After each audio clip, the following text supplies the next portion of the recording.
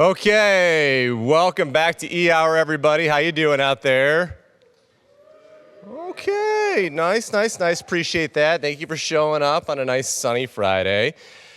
Okay, to build off of last week with our friend Greg, who came out from the West Coast to join us, we're going to pivot a little bit. When we talked to Greg, we heard from Greg that he kind of had this story, right, where he was a student, had this discovery of the value he had in a product, started iterating on it, and decided he wanted to go full scale and launch in.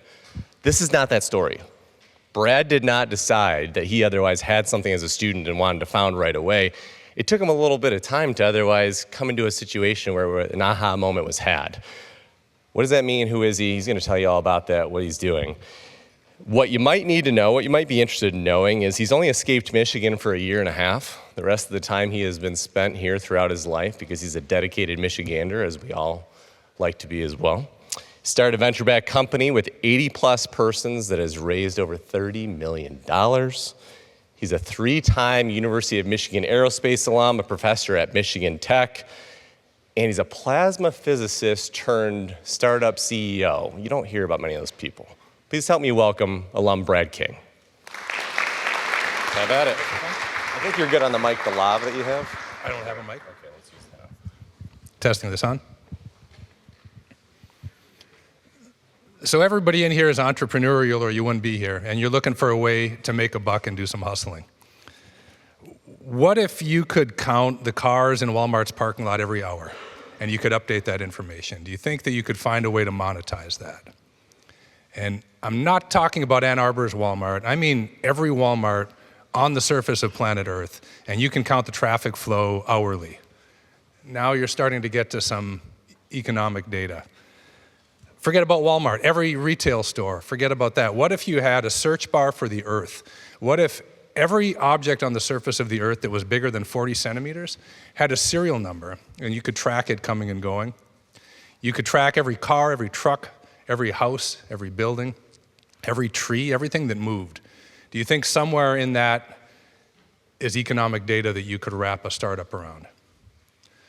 Well, that's all possible. And what's making that possible is small satellites. And what I want to do here today is give you a little bit of the history of how we got here with small satellites and how small satellites found me and what I've learned from that as we went. So let's talk about small satellites. The picture here on the left, that's what you kind of think of as a traditional satellite in the purple. This thing is the size of a school bus. It costs probably $2 to $3 billion to build.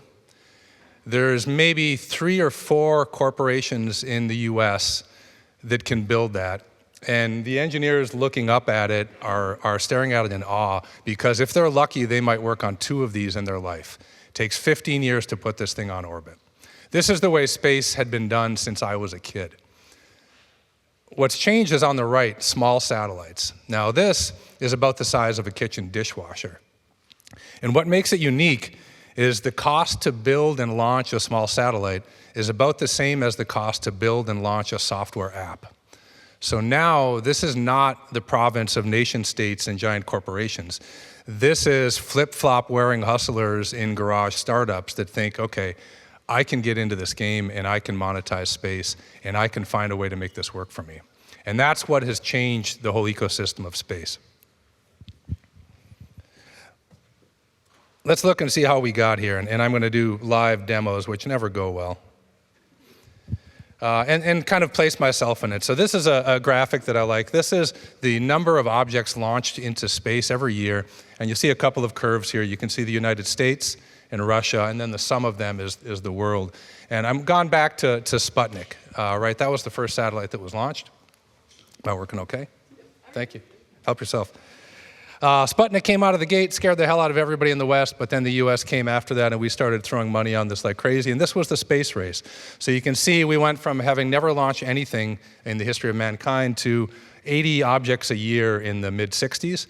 Maybe the peak of this was '69 in the Flags and Footprints race to the moon. We won. We put a flag on there. Neil Armstrong was there, and this was the heyday. And I stopped it at a purposeful point there on the right. That's 1971, and that's when I kind of entered the scene and was born. So when I was growing up, the memory of all the glory days of the space race were a huge part of my upbringing. Let's move it on a little bit further if we travel on. So what happened is we won the race to the moon, and we had other things to do. So spending on space started to trickle off, and there was mass layoffs, and space wasn't that cool anymore because it wasn't a national priority. So the United States started to dial back our space spending, and as you can see, we launched fewer things into orbit. Russia, they kept at it. They started launching space stations, Salyut space stations, Mir space stations, and they kept outpacing us while we got our economic legs underneath us. And then we started to kind of come back a little bit in the 80s with the space shuttle, and Russia started to fall off. The Soviet Union collapsed, and so did their economy with it, so you can see that coming back down. I can stop it. Here's an interesting point. So this is sort of my formative years, my preparation. I knew I wanted to do space. That was it. It was an easy decision. I was going to do space. This stuff was really cool. So 1998, 99 right there is where I stopped it. I finished my PhD here at Univeristy of Michigan in aerospace engineering in 1998, and that's when I left. And the point I want to make is space was growing a little bit. We started launching and deploying the International Space Station, and that's why the sudden surge right there. But it comes back down again. And why do I think this is important? Because what I want to talk about with Eric later is I didn't really care. I wasn't chasing a trend. I didn't say, oh my God, AI is big, I'm going to get in AI. I knew I was going to be an aerospace engineer from when I was 7 years old, and whatever the market did, the market was going to do, and I was going to stick with it. So I stuck with it and hung in there. And let's go up to then kind of a key year here. Let's go up into 2016, and you can see some things happening. You can see the U.S. launch curve is starting to grow there. And 2016 was actually when Orbion was founded. That was when we went from we were two nerds in a napkin sketch, and we weren't planning our company based on this plot, but this plot gives an idea of what the climate was like, and we could feel that something was about to happen because these small satellites were starting to emerge. And what led up to that is in 2007, everybody has kind of heard of that. That's the year of the iPhone. So the iPhone didn't cause small satellites, but it started a technology push. So back in the early space age, space technology trickled down into your home. The astronauts needed a cordless drill to work on the moon.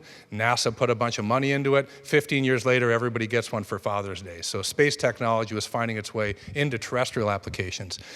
In this time, it was going the opposite way. There was so much economy being put into powerful computers that fit in your pocket, were low power, had GPS, had cameras, that engineers started to realize, wow, I could take this stuff from the terrestrial market and build a satellite out of it. So let's take the terrestrial technology and grow it into these small satellites. And that's where this growth started to happen. Let me go back to what caused the boom.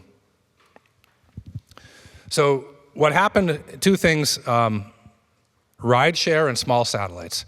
So in the old days of space, everybody was rich. You were a nation state or a corporation, and you had your satellite, and it was like a limousine. So when you wanted to get to space, you hired a limousine. You wrote a great big check, and you hired a rocket to pick up your satellite on the date you wanted to be picked up, to launch when you want to launch, and to drop you off right at your orbit in space where you wanted to go. And that's expensive. With small satellites, it changed. So the satellites are so small, the rocket on the right has 104 satellites packed into one nose cone. So now you can share the ride and split the fare. So instead of buying a whole Falcon 9 for $60 million, you just buy 1/100th of that, and now your startup that has developed a small satellite can also get you into orbit. And I want to show what the effect was of that.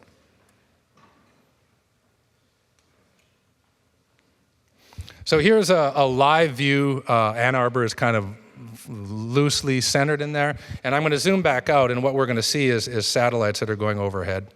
There's one coming into view right here. Here's a Starlink satellite going over Grand Rapids right now with its label on it. Let's keep zooming out. Start to see a few more. And let's keep pulling out.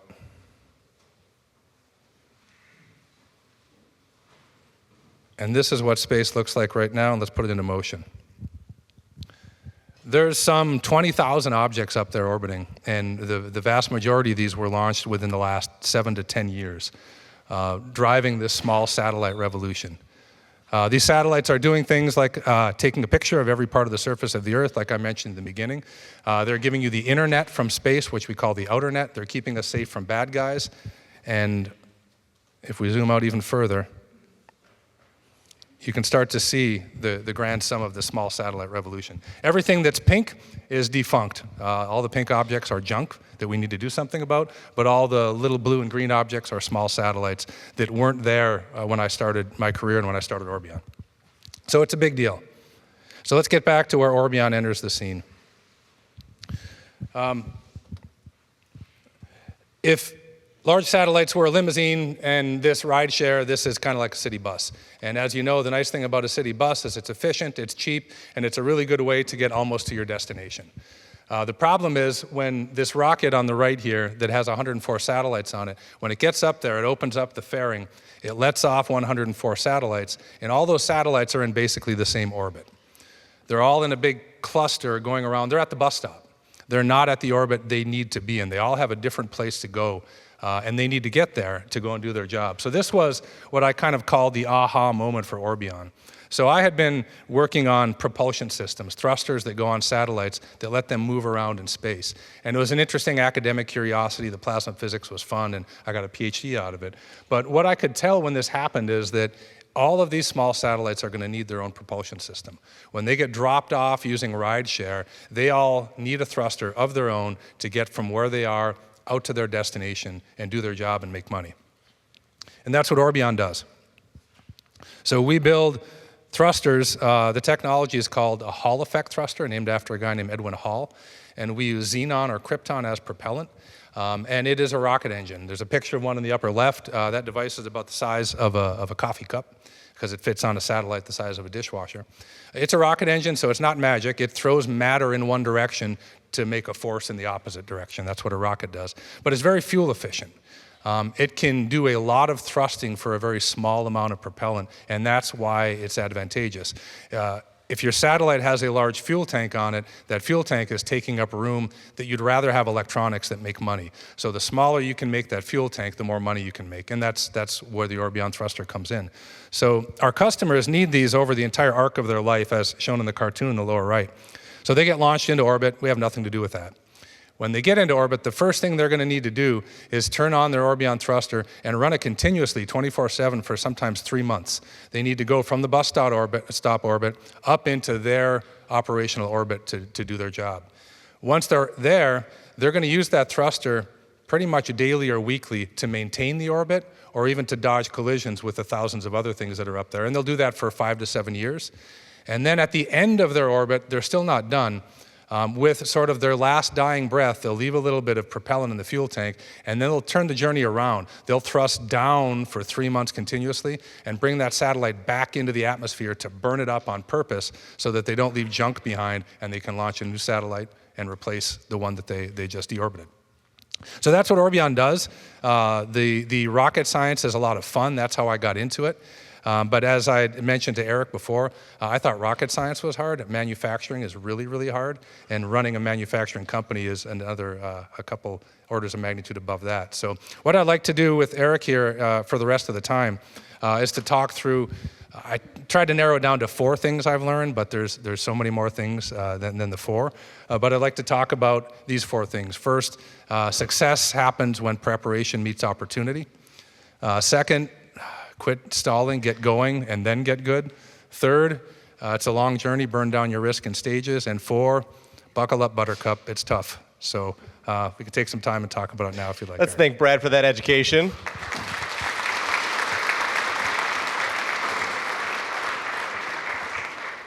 Hey, I think we need to pull a professor in every week to do this. This is make the job so easy. Thank you. Okay, so let's break it down. Success happens when preparation meets opportunity. The opportunity happens in 2010-ish. You start to realize there's something there. Come online in 2015, 2016, but 2010, you realize there's a moment, there's an opportunity, there's a market that's being created here. how did you decide that you wanted to pursue the pathway of a founder as a company as opposed to just being the Hall effector expert that could be contracted out? Yeah, it's a good question. I think what I was trying to put forward with that is it's hard to push your way into a new opportunity. You have to keep your eyes open for it. And in my case, I had been preparing my whole career, and then when opportunity came knocking, you just had to listen. You had to say, here's my shot. I need to take it. So what made me decide to do it? I knew the world was about to need what I could do. And I couldn't do a lot of things. I had a very narrow niche of things I could do. And through no credit of my own, there was going to be a time where it was necessary. And it wasn't going to last long, because there was going to be such a demand for this that if I didn't do it right now, I was going to be that old guy on a bar stool in 15 years saying, I could have been somebody, I could have done that. I was an expert in Hall thrusters. But if you let it go by, you'll never get it back. So what made me want to do it? It came at a time in my life, in my 40s or so. My career was reasonably stable, and there was an opportunity that I had to take a swing at. So I said, all right, how do we do this? And that was the challenge. I had no idea how to start. I was saying, how did you figure out how? How did you get to a point where you otherwise went from being a professor and being an expert in this technology to then understanding what it meant to launch a company, form a company, seek investment and beyond? Mentors. You got to find mentors. You have to, because we knew nothing. I knew the rocket science, but I knew nothing about how to get started. So I reached out. There was a lot of ecosystem in Michigan through Smart Zones, through the Michigan Economic Development Corporation, that were set up for kind of, so you got an idea for a startup, and you knock on their door and they help you. They say, okay, here's what's going to happen. Here's how you do this. So I just went in there and kind of opened my hands up, said, teach me. I know rocket science. There's a demand for this. How do we do it? And found a mentor, and the mentor has to have been through it before. And what I remember is, one of my best mentors, his name is Conwal Recchi. He's a very senior guy, has done a lot of startups. He said, you're going to have to change. He said, you're a mild-mannered academic. He said, you need to learn how to be a knife-fighting son of a bitch CEO. And that's how we got started. That's amazing. Okay, love that. So in deciding to do this path, what was most intimidating to you? When you got this advice, you decided that you were going to do it, you got told that you kind of had to pivot who you are and how you handle yourself. What'd you fear most about the next step ahead? Getting started before I felt I was ready. In my background in academia, my thought for how this went was, all right, I've got a really good idea for an invention. I'm going to go and hide in the basement laboratory, and I'm going to work on this thing, and I'm not going to let anybody see the faults and the failures. I'm going to polish this rock, and then when I'm done, I'm going to come out and hold up this gleaming thing, and investors are going to throw money at me, and customers are going to show up, and I'm going to be kite surfing in the Bahamas. So what you really have to do is get started right away. You've got to go out, you've got to find investors who believe in the risk, and you've got to let them see all the stumbles. So that was the scariest part, is how do I get going? How do I get this started? So you decided not to hide in the basement and squirrel away your own idea, though. A lot of times when we're talking to students are fearful that I've got this amazing idea. I don't want anybody to steal it. And if I tell anybody, they're going to steal it. What's your experience been with that? Ideas are worth absolutely zero. An idea is worthless, completely worthless. There's 10,000 good ideas out there right now. This room is full of 10,000 good ideas. If you don't execute on it, it's absolutely worthless. So if you think your idea is all of your value, you're mistaken. You need to take the idea and do it and execute. So that was a little bit of the intimidation up front. You're right. It was, let's be secretive about this. But you can't be secretive and do it at the same time. So just go. Okay. So when you decide to just go, you took a pathway where you decided to pursue VC investment and the terms that come with that of giving up equity and otherwise being able to kind of grow the company versus non-dilutive funding versus any type of SBIRs or other types of grants that would put you in a position to retain the full equity. How did you weigh that decision? How did you come to a point where you knew you wanted to go the VC route? I had some experience there. So I had a company before Orbion called Aerophysics, and we did mostly intelligence and defense consulting, and that was the non-dilutive type. So we would win a contract or an SBIR or some funding, and it would pay our payroll and keep the lights on, and we would do the work, and then the contract is ending, and then you have to find the next contract, and you have to find the next contract. And it's incredibly slow. You're responding to opportunities. It takes 6 months to write a proposal. They review it for 3 months. They give you the award. By the time you get the money, it's 18 months or 24 months down the road. We knew we had to go fast. We had to have the product ready for market within 3 to 4 years, and the non-dilutive way wasn't going to work. So what drove us to VC money was the need for speed. We had to go fast. And was that something you understood because mentors kind of educated you on this, or was this? No, I learned how slow the other one was from running that company for about 10 years, and it was annoyingly slow. So I knew that was not the way to go. It seems like a good idea. You're going to get a grant, and you're not going to give up any funding, but now you're hitting the objectives and the requirements of whoever's running that grant. So you're not doing what you want to do. You're doing what the requirements on the grant were for, and that wasn't us. We knew where we wanted to go, and we just needed somebody who was going to, ride down from the mountains with us and sack the city and let us do it. Okay. So you decide to do this. You've probably not pitched before. You're not in a situation where you know how to negotiate with VCs on terms or the like. If you're in their shoes and you're doing this for the first time, what do they need to know? What do you wish someone would have told you? Oh, so many things. So no, I had not pitched before. Maybe the biggest thing to remember is that if you're pitching and you're talking to investors, they understand that what you're telling them is incredibly risky. That's why they're there listening to you. There's a risk-reward calculus, and they're not interested in things that aren't risky. So there was a tendency on my part, and I see it on others, to come in and explain the risk away. This isn't risky. There's two mistakes. One is to explain the risk away, and two is to focus on the technical part.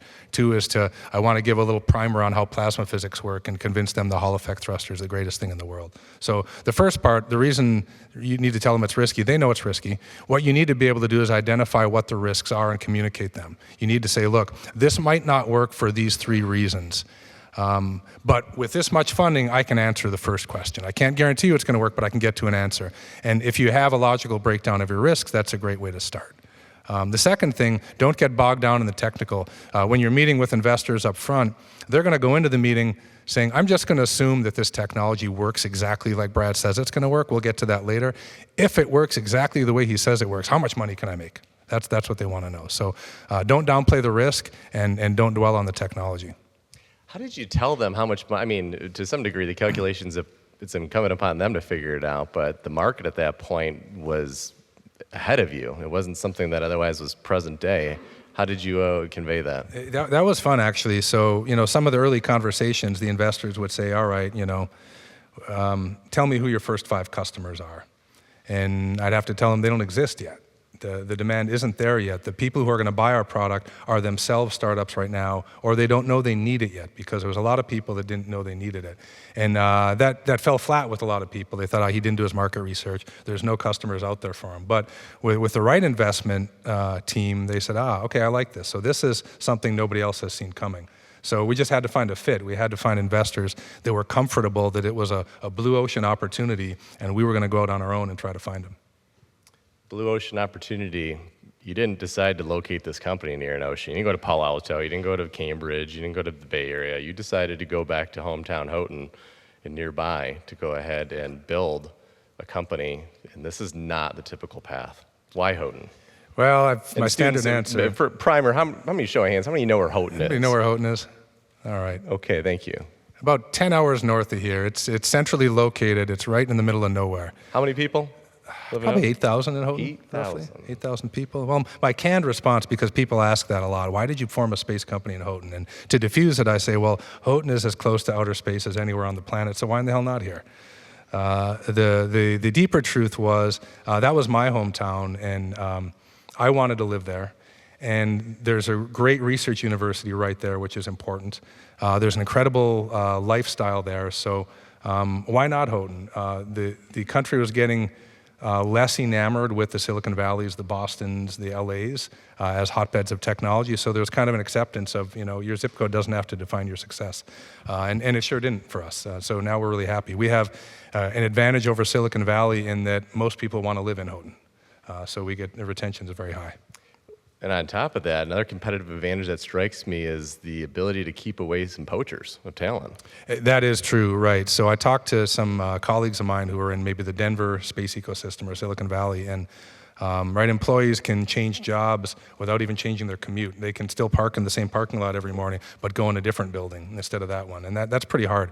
I don't know how we could have been successful if we had a lot of employee turnover, and we have not. So that's been a benefit. That's what I heard. You had one employee in the first 7 years that left, and that was due to a medical situation? That's right, yeah. There was some self-selection in the beginning because it's not for everybody. Right? Some people come up to Holt and say, it's not for me, and we get it. But the folks that did come up and they like it, they're not just there for 5 minutes. They bring their families. It's Michigan. There's 4 seasons. It's a small town. It's a great community, and they stay. So to your second point about get going and then get good, you hadn't been in a situation where you have to hire en masse and you have to build an initial team for a startup and know kind of where the expertise is and where it lacks and where you need to hire from. How did you start to understand who you initially needed to add, what qualities and characteristics you needed to have for the culture you wanted to build as part of this team? What were the lessons out of that? Actually, that was pretty easy. In the beginning, it was really clear what we had to do. We had technology milestones we had to hit, and we knew what skill sets we needed to fill those technology milestones. So it really wasn't hard to identify who we needed on the front end. And when you start out, when it's small, you're talking 2, 5, 6, 7 people. You're hiring people that you know from your network. You're not just putting something out on LinkedIn Jobs and having somebody show up. So we were very confident in our early hires and brought a really great core team in. So then years later, when we had to do hiring, from people we didn't know, because the core team was so good, A players want to play on a winning team. So we had the snowball effect of people who would show up and go, oh my God, look at the people you got on your team. Yes, I want to be there. So it started to work out. Okay. And these early hires that you had, ultimately, it sounds like they kind of stuck around, and they stuck around through a situation where you're understanding and learning how to go from being a professor and a niche technology expert to being a manufacturing CEO. Why is manufacturing harder, as you kind of talked about and you alluded to? But unpack that. What makes that hard? So when I got into it, right, we're making a plasma thruster. I know how to build that. I know how to make the device. I know how to measure it. But the machine that builds the machine is 100x larger in physical scale. Right, I can hold a Hall thruster in my hand. I can't hold my factory in my hand. The factory is larger physically. It's more expensive. It has every piece that touches the Hall thruster is a specialty tool. Every measurement you're making is a specialty measurement. So the challenge is not building one. The challenge is I need to be able to build 200, and the 17th has to be exactly the same as the 77th. And the whole factory around that was really mind-blowing, and that was the biggest surprise. And not only does the 17th have to be the same as the first, but once they go up into orbit, there's no room for failure. Yeah, that's right. Yeah, and that also. So the testing rigor that we put on these. So when we hand a product over to a customer, we have tested every serial number and stressed it harder than it will on the space mission. So it's part of the manufacturing process is the test. And designing those tests and making sure the tests are measuring what you want is, again, a challenge. So then you hand over the product with a data package and you say, this data package proves that serial number does what I said it would do. Now it's yours. And you can't have a failure. So you can't recall like a Cybertruck situation once they're up in orbit? I don't think so. Yeah, we don't have a return department at our. You click to send it back and get an RMA number. Students out there, how many of you are thinking about? I want to found a SaaS company. I want to found something with software. How many of you are thinking about something with manufacturing or hardware? Okay. Educate them, talk to them. What do they need to know about starting something and actually the nuts and bolts of the initial stage of like, I want to locate my factory. I want to start buying machinery. I want to otherwise hire. When they're thinking about starting a manufacturing operation, what do they need to know? What's nuts and bolts? Oh, geez, I hate to cut the question off at the legs, but if you're thinking about starting a manufacturing company, you're probably too many steps down the risk ladder to think through that. You need to burn down your risk in stages. So first of all, you've got to prove to yourself that you can build a prototype that performs the way you want. Then you need to prove to yourself that you can build that prototype in a form that can be sold, that has the right quality and the right reproducibility. Then you're in the position to start thinking about a factory. So one of the things the reason I put the lesson up there of get going, then get good, if you think through the whole process too much, you'll be terrified to start. It's too big. you're just going to sit back and just freeze up. So just think one stage at a time and tackle the manufacturing part when you get there, but know it's out there. So I hate to. So if you're trying to form a manufacturing company, don't worry about it. Figure it out later. That need will come. Well, Yeah. and to your point about not being able to think through everything that's going to be there and that many steps ahead, you've got a situation where you've taken a company and you built a manufacturing company and now started to look at vertical integration as well. Unpack for them what that means and in situations where otherwise that's been advantageous for Orbion. Yeah, supply chain is the name of the game with manufacturing. Our product has, well, one of them I know offhand. We've got an electronics box. It's got 1,571 different parts in it. And all of those have to come from different vendors. There's only 275 unique parts in there because there's multiple instances, but you have to buy all of that or source it somewhere. If you can find somewhere to buy it and they will deliver it to you on time, that's fantastic. Buy is better than making. But along the line somewhere, you're going to get hurt by a manufacturer that doesn't show up on time, and it's the golden screw. You'll have 1,570 parts, but without that golden screw, you can't build your product. So what we had to do is identify where there were gaps in the supply chain, and the only way to plug those gaps then is to go vertical. And what that means to go vertical is do it yourself. One of ours was there was a key valve that we just couldn't buy, so we had to learn how to make the valve. It took us 3 years. I would have loved to buy it, but now that we have done that and gone vertical, it's great. It's great intellectual property that we own. So you have to know everybody does the make versus buy calculus, and maybe what you're alluding to. I always talk about everybody's familiar with the Serenity Prayer, and I call it the CEO Serenity Prayer. And you pray, God, please give me the budget to buy what I can't make, and the engineers to make what I can't buy, and the wisdom to know the difference. You're always going to be faced with a make-buy decision, and there's no magic answer to it, but that's going to come up in manufacturing. Students, if you have questions, go ahead and throw a hand up too so Elise can run up to you and we can kind of pull some of those in. But the Serenity Prayer doesn't work every time.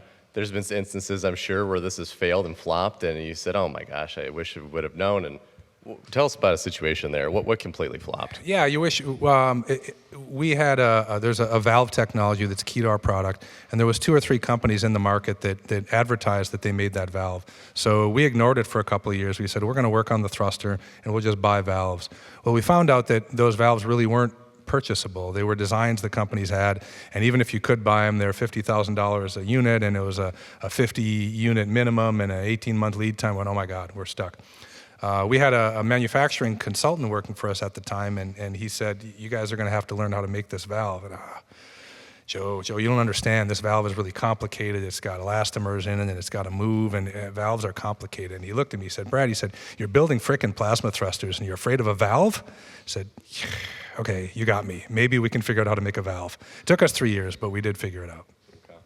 And I feel like this notion of kind of burn down your risk in stages, whether it's a circumstance where someone is challenging you to make the valve instead of going the traditional route of just trying to buy from the supplier, or it's a situation where, why wouldn't you start a startup in the Bay Area? Of course you would do that. That's where everyone goes. That makes sense. No, you want to go in Houghton.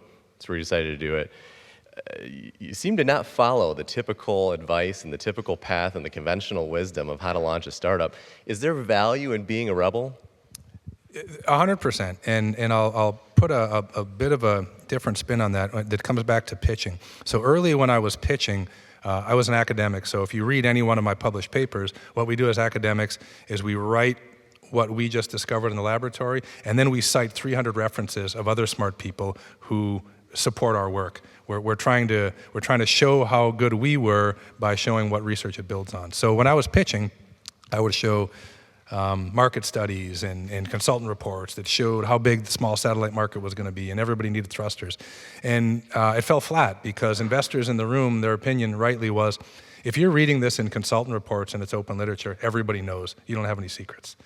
And it wasn't until I shared what my gut was telling me that wasn't in the reports, when I'd say, look, I can't back this up at all. I have no references for this, but I'm telling you this is how it's going to be.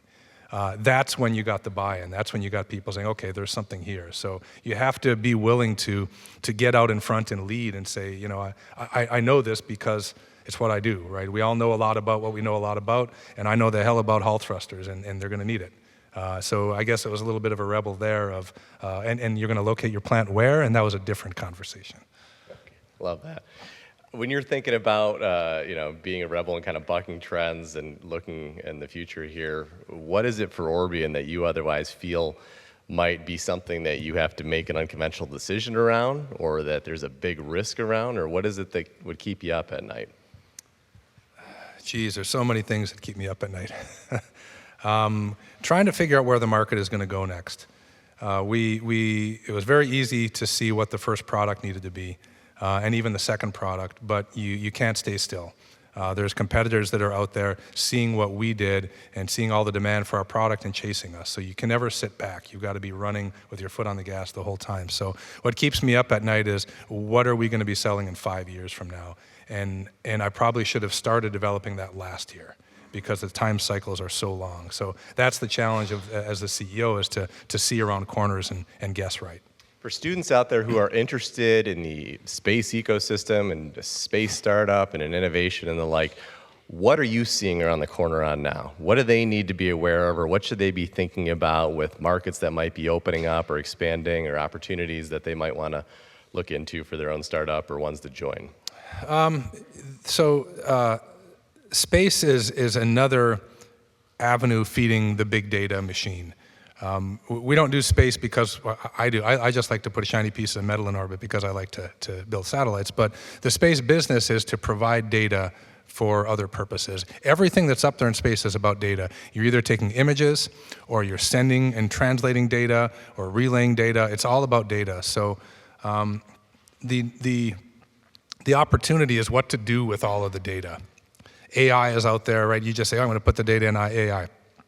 That gets you one drink at a cocktail party, but what are you really going to do with the data in AI? So thinking through what is possible now that you have this much data, and where is there an angle where you can look and say, hey, this thing I happen to know how to do, I now see how it maps onto big data from a space-enabled platform. And I think that's really where the future is going to be. And often it is, what is the new piece of data that's needed? Is there a new angle on the data? Do I need a different multispectral imager? Is there something that nobody's doing that if I can add that piece of data to the puzzle, it enables something else?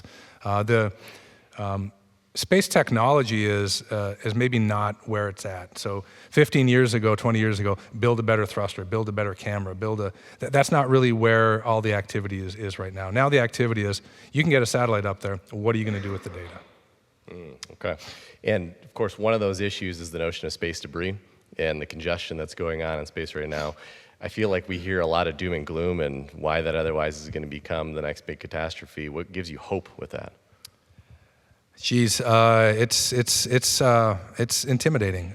So there is, the phenomenon is known as the Kessler syndrome. And the idea is, if you have objects orbiting in space, the probability of the objects colliding is proportional to their density. The more dense your objects, the higher the probability of collision. Then what happens is, when two objects collide, they make a million more objects. So now the probability of collision for everything is even higher and higher. So you get what's known as the Kessler syndrome, is a chain reaction. At some point, the density of objects is so high that one collision will start a chain reaction. When you look at analysis of the density of objects in orbit right now, just about any analysis says we've exceeded the Kessler limit. Meaning, if we stop launching anything from here on out and we just let this play out up there, we're going to end up with just debris. Now, where they disagree is that going to happen in 50 years or 500 years?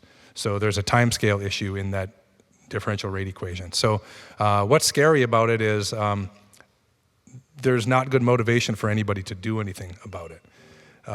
There are a number of companies that are looking at, how do we remove debris from space, which is a great idea, but where do you send the bill?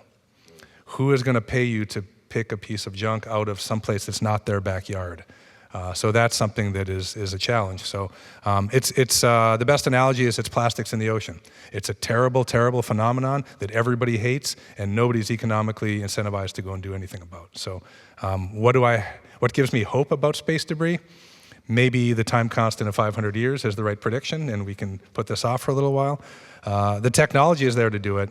We need the economics to drive it. That sounds like a challenge to all of you students, to find a way to monetize that market. That's exactly right. If you can monetize space debris, and that's not sarcasm, there's a way to do it. If somebody can find a a revenue-producing business model to remove space debris that's good for everybody. All right, students, I'm going to prompt you one more time. You got a question, throw that hand up. Lisa can run up to you. This is your chance to really have an opportunity to ask, but come over to you. But while we're going to hear from you in a second, let me ask Brad this question real quick first. This notion of stay in the saddle. How many of you out there, when you're thinking about entrepreneurship or starting a company, feel like there's a bit of intimidation because you are going to bear the burden of the mental health of a founder and the stress of a founder? Is that real for you? Some of you? Okay. Is that real for you, Brad? It's intense. It is intense, and I get frustrated a little bit in our society.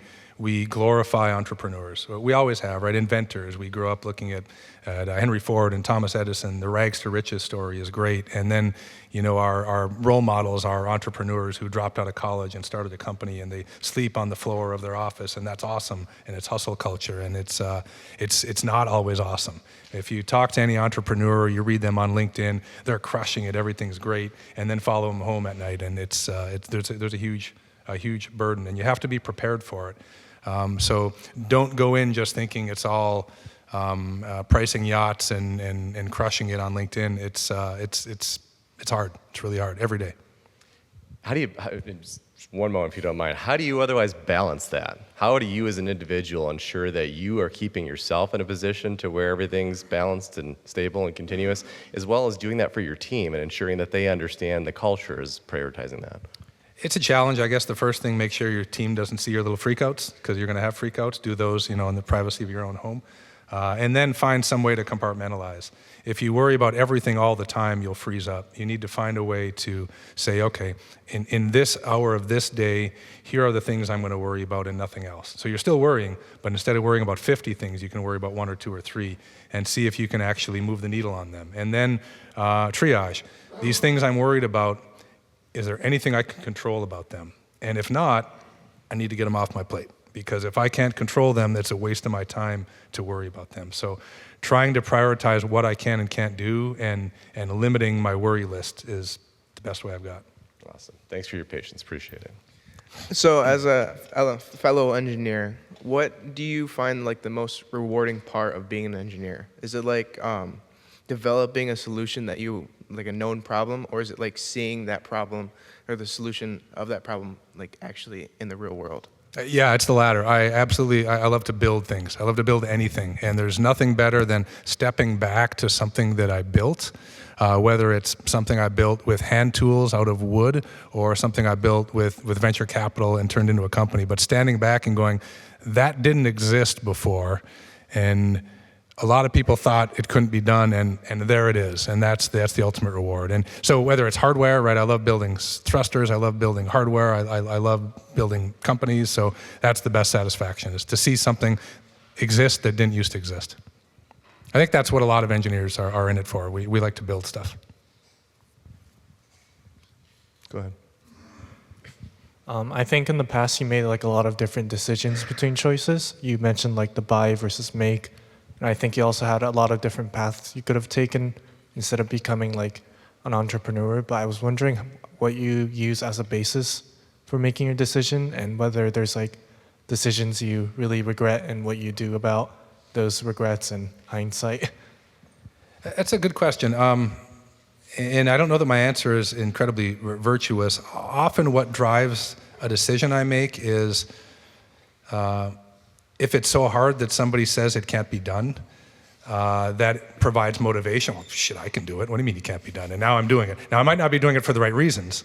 I might be doing it to prove something to myself or prove something to somebody else. But looking for interesting challenges and then decision making, I guess what I've learned is you have to be able to tolerate some risk, and the most fun comes with the decisions that are risky. So if you're faced with a choice of A or B, and one of them is really safe and one of them is really risky, the only way to move your business forward is going to be to take the risky one most of the time. But you got to balance the risk. So how do I make decisions? Somebody challenged me that I couldn't do it, and I thought maybe I can, and there you go. Thank you. Oh, go ahead.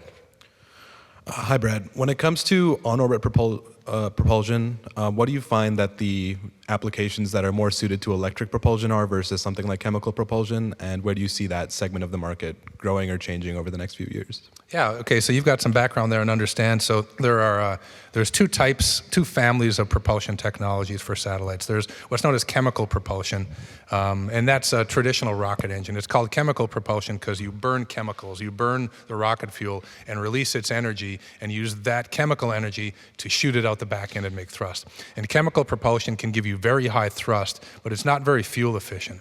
The other family is electric propulsion. In electric propulsion, you get the energy from the sun through solar panels, and you use that electrical energy to accelerate the propellant out. Electric propulsion is very low thrust, but very high fuel efficiency. And unfortunately, you can't have both. Isaac Newton has a sense of humor, so you can either have high thrust or high fuel efficiency, but not both. So where the market is right now, the missions are being designed such that the electric mode of high fuel efficiency is winning the day. There's always a need for chemical thrusters because there's some missions you just need to get from point A to point B quickly, and you need the chemical thrust. So I think market size right now in LEO constellations, I'd say 85 to 90% are electric propulsion, and of that, they're all Hall effect thrusters, and then there's chemical propulsion also owning it. The Hall effect thruster has the distinction of being the highest thrust of the low thrust family. So that's why it is so widely adapted. Got a question up top, Kiana, there. Hey, Brad. In the past, I've heard you talk about having a hobby of like building and maintaining wooden boats. I hope that's correct. I was just wondering like how that's related to your success for like building hull thrusters, and also like how hobbies in your personal life are like related to, I guess, like the professional side of things. Well, we could be here for an hour talking about wooden boats, so I won't go there. But it does feed into some of the other questions that were there. So I love working with wooden boats, old wooden boats, and restoring them. And a lot of the reason comes back to your question here. I like to build something. So standing back and building it and seeing it done is rewarding. The other reason I like to do it is what Eric asked. It's therapeutic. When I go and spend a day in the shop working on a wooden boat and thinking through steam building the timbers, and I find that for those 8 hours, I didn't once think about what is my internal rate of return on my investment, or how I can get 50 more hours out of my Hall effect thruster erosion profile. So it shuts my mind off. And the best analogy or saying I've heard is men who work with their minds relax with their hands. And I find that exactly to be the case. So I find something that requires a lot of thought and requires my hands, and I get to build it. And then at the end of the day, I get to sit back and have a beer and fish on it too, so that's not bad. Part of that use of it you talked to me about earlier. Brad takes his wooden boat from Houghton across Lake Superior to Isle Royale on a 4-hour journey, which sounds just equally incredible and a little scary at the same point in time. But what is the real joy you mentioned in that journey? Right. So, yeah, we travel across the largest freshwater lake on Earth on the backs of 10,000 termites holding hands, and hopefully we get there. But what I like about it is halfway across the lake, it's about a 4-hour journey. About 2 hours into it, my phone turns into a camera. I couldn't get connection even if I wanted to get connection. And the breath that you leave out, like exhale when that happens, is amazing. You can turn your phone off, you can put it in Do Not Disturb, but it's there. It's staring at you on the table. Oh, somebody's trying to get in touch with me, I should turn it on. But when it plain old doesn't work, that's the best relaxation that I get. I go over there about twice a year, and it's amazing. Now when I come back and I cross that line on the horizon and my phone starts literally blowing up, shit gets real again. But for a while, I get to stay out of it.